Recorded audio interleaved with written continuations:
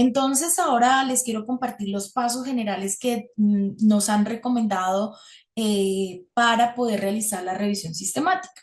La revisión sistemática enfocada en Scoping Review.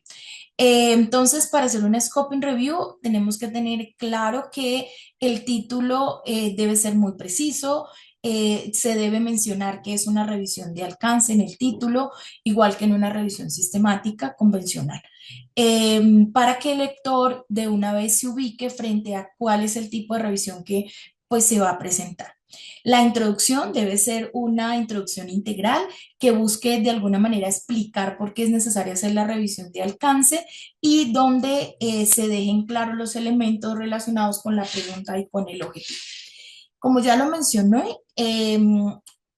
se parte de una pregunta que no debe ser tan amplia, que tampoco debe ser tan estrecha y que nos permita identificar estos elementos que he mencionado.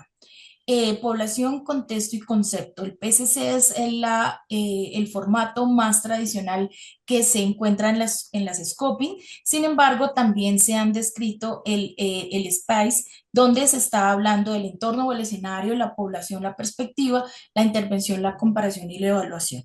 Pero como lo mencioné, el más frecuente es la PCC. En la población identificamos las características más importantes de la población. El concepto es Pero el después del peaje es que ha estado esto, Virgen Santa. público. Agradecemos cerrar el micrófono, por favor. Gracias. El concepto, como lo mencionaba, está centrado en puntualizar o identificar el punto clave que nos interesa identificar en esta población, y el contexto pueden ser diferentes escenarios, depende de la pregunta que tengamos o del interés que tengamos. Pueden ser factores sociales, factores culturales, factores de género, puede ser un contexto muy específico, por ejemplo, latinoamericano. Para el ejemplo que he traído sobre uso de procesamiento del lenguaje natural en salud mental, es un artículo que pueden encontrar para que puedan guiarse de cómo ellos han realizado la scoping. Se ha centrado la población en niños y adolescentes de 9 a 14 años, donde el concepto que les interesaba era identificar las estrategias de implementación y aceptación de la vacuna, y el contexto eran escolarizados y no era exclusivo de Latinoamérica. Entonces, aquí tenemos un ejemplo de cómo se ubicaría la PCC para una SCOP. De acuerdo a la pregunta, pues se desarrollaría el objetivo de ella.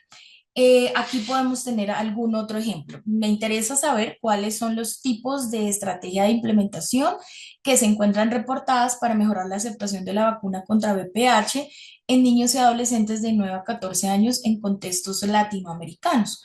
El objetivo es mapear y describir estas estrategias de implementación, y puedo tener diferentes objetivos que van a contestar diferentes subpreguntas de acuerdo a mi PCC, donde me interesa caracterizar los tipos de estrategia, describir los tipos de contexto, escolarizados y no, mapear los tipos de estrategia que se hayan realizado y obviamente identificar si las estrategias han cambiado frente a los que se han vacunado y no se han vacunado.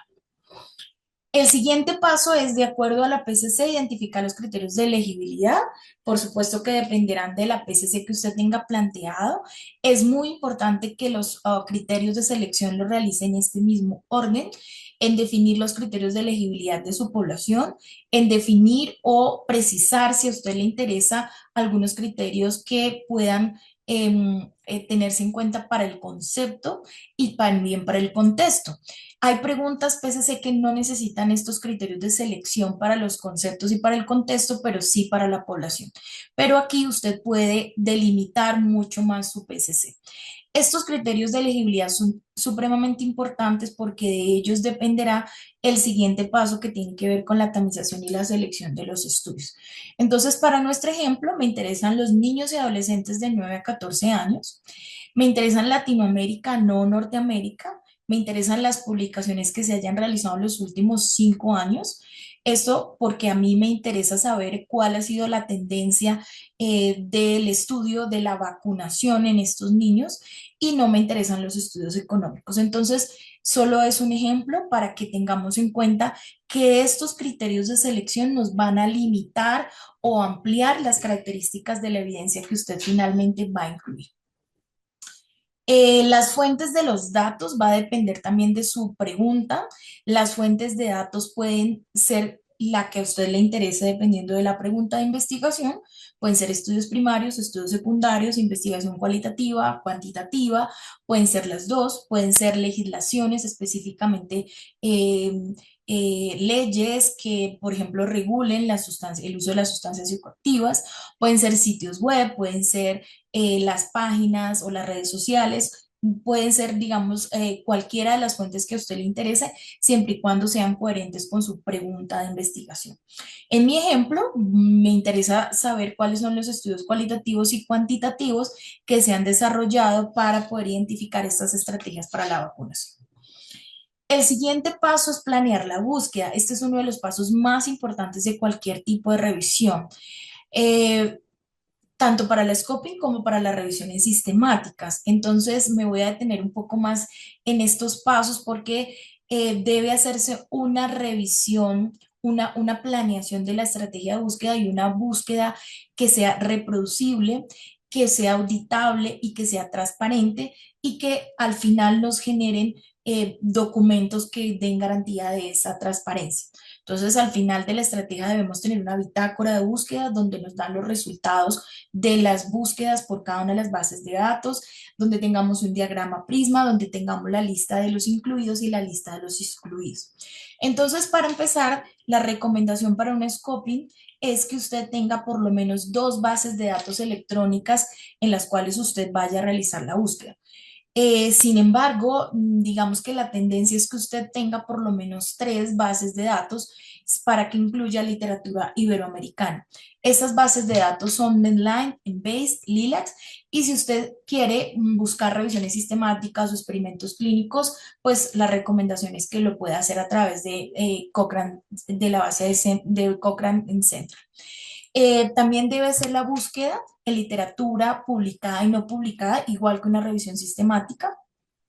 Debe identificar todas las fuentes disponibles, entonces resúmenes de congresos, literatura gris, repositorios de sus universidades, para que pueda recuperar la mayor parte de información, tanto la publicada como la que pueda quedarse en otras fuentes de información.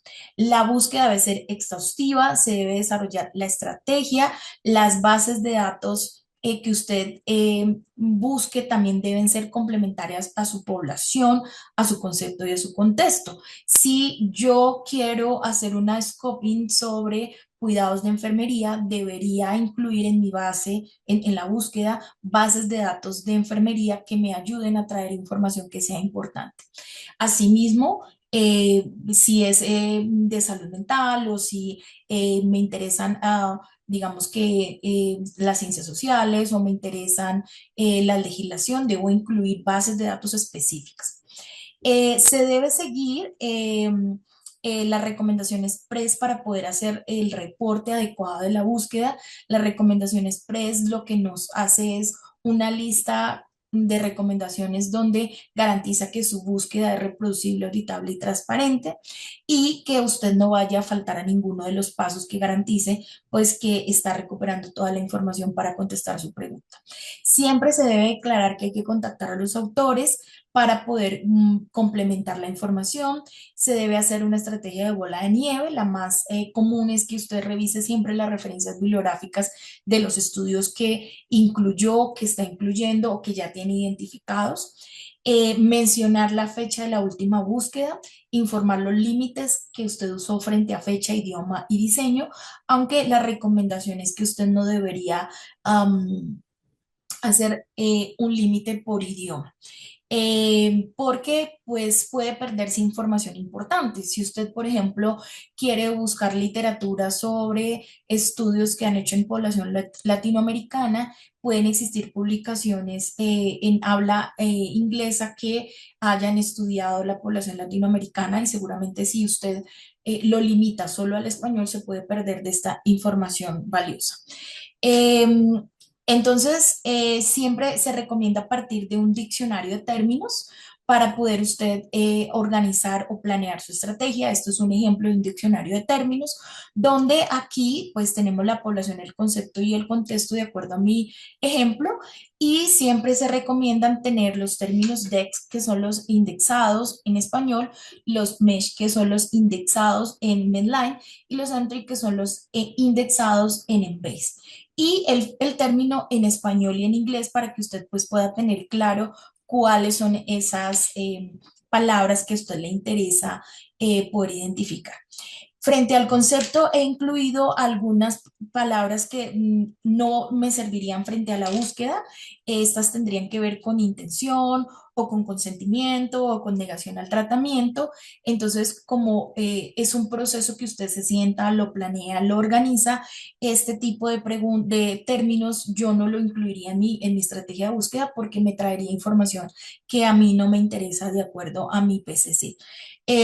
Frente al contexto, podría incluir servicios de salud comunitaria, atención primaria, unidades móviles de salud, porque pueden estar relacionadas con la vacunación para VPH en esta población que me interesa de adolescentes. Entonces, como ustedes saben, el diccionario se construye de acuerdo a su pregunta PCC.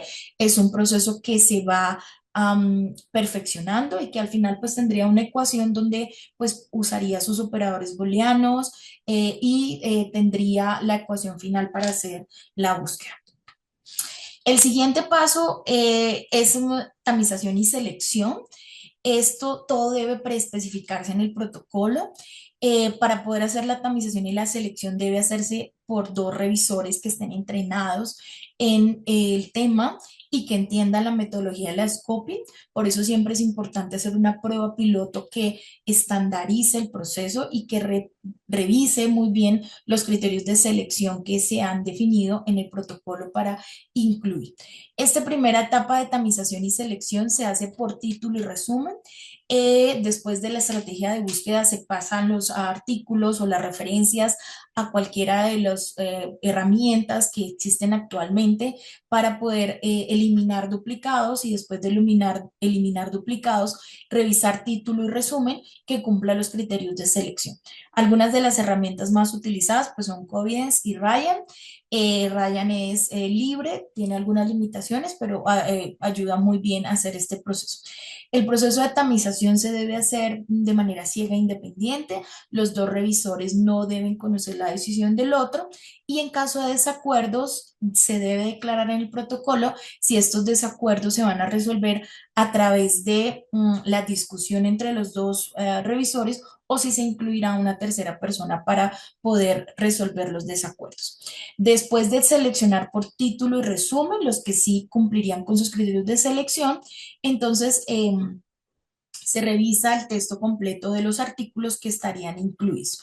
Se debe reportar los estudios excluidos, se reportan los estudios excluidos que se leyeron en texto completo y también se reporta la razón de la exclusión.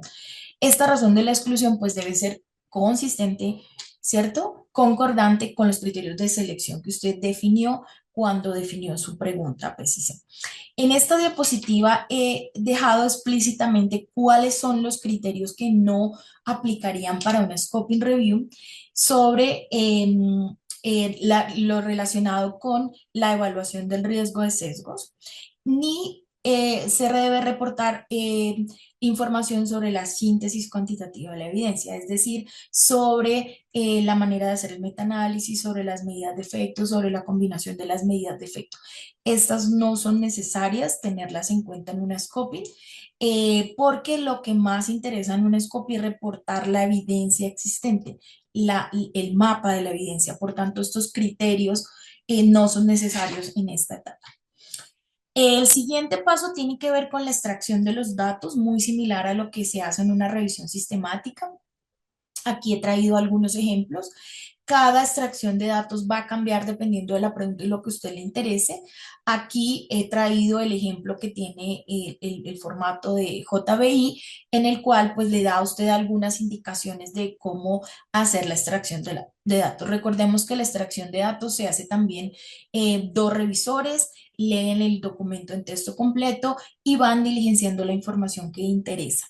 En el ejemplo que he dejado aquí, pues va a depender mucho del tipo de scoping, pero aquí, por ejemplo, está la referencia, el país, el DOI, el año, el autor, el objetivo del estudio, el diseño del estudio, si es unicéntrico, si es multicéntrico.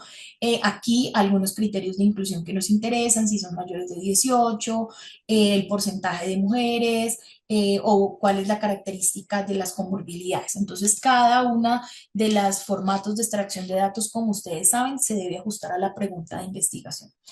El formato de extracción de datos se recomienda diseñarlo, dejarlo como anexo en el protocolo, y también se recomienda estandarizar el proceso de extracción. Se recomienda realizar una prueba piloto con las personas que van a hacer la extracción para que todas las variables que sean de interés queden documentadas en los procesos de extracción. Los procesos de extracción pueden ser utilizando un formato electrónico, puede ser un documento de Excel, puede ser un documento, digamos, que se le facilite al equipo revisor hacer la extracción y diligenciar este formato.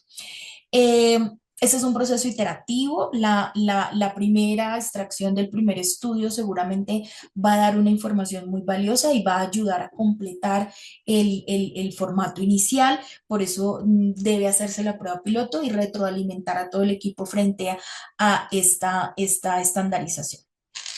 Frente al análisis de los datos, podemos identificar aquí algunos ejemplos de cómo se están reportando los hallazgos de una SCOPY, y se debe preespecificar en el protocolo. Casi siempre es una descripción muy básica.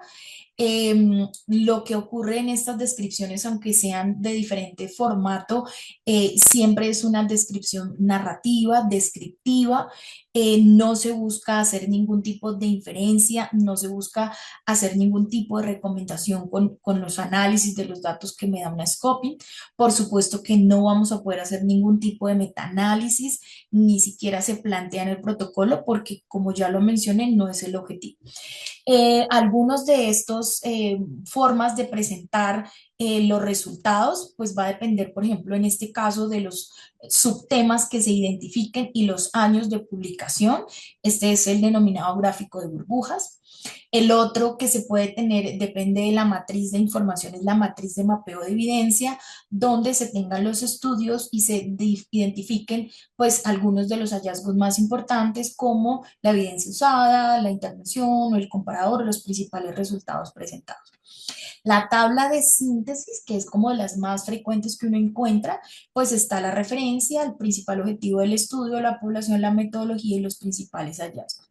Este gráfico de burbujas por color también nos va identificando cuáles pueden ser algunos de los estudios que tienen más o menor evidencia, también por año, o la tabla de características de los estudios incluidos, que es muy similar a la tabla de síntesis. Como ya lo mencioné, se especifica en general cómo quiere presentarse la información, y de una manera muy descriptiva cómo se iría a mapear esa evidencia. Eh, Puede cambiar la manera en que se presente dependiendo de los hallazgos que usted tenga al final.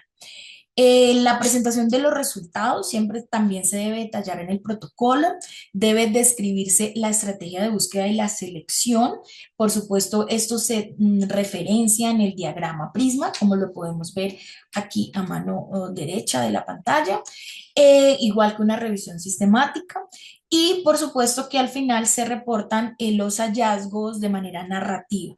Como ya lo mencioné, no se pretende con un scoping hacer recomendaciones ni cambiar la política pública ni cambiar la práctica clínica.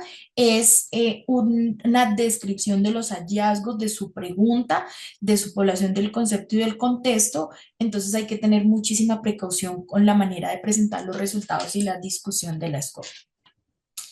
En este caso, este es el formato que tiene JBI.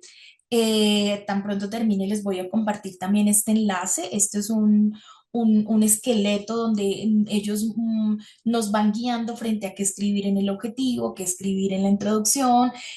Como podemos ver, aquí está cada uno de los criterios que hemos mencionado en esta masterclass, y usted pues puede identificar la explicación y puede utilizar este formato para crear su propia scope. Este es el link del Prisma. aquí también pues pueden encontrar, recuerden, es Prisma SCR, el formato en Word o ir a cada uno de los apartados de el Prisma. Recordemos que el Prisma es una herramienta para el reporte adecuado del scoping. El Prisma no evalúa el riesgo de sesgos de ningún tipo de revisión y mucho menos el de la scoping. Nos ayuda a hacer un adecuado reporte tanto en el protocolo como en los resultados finales. Aquí les he traído algunas bases de datos en las cuales puede buscar información complementaria, eh, adicional a las bases de datos que ya mencioné, que son online, Embase y Lilacs. Entonces depende de lo que a ustedes les interese, pueden ingresar a cualquiera de estas bases de datos complementarias o inclusive algunas pues que ustedes conozcan.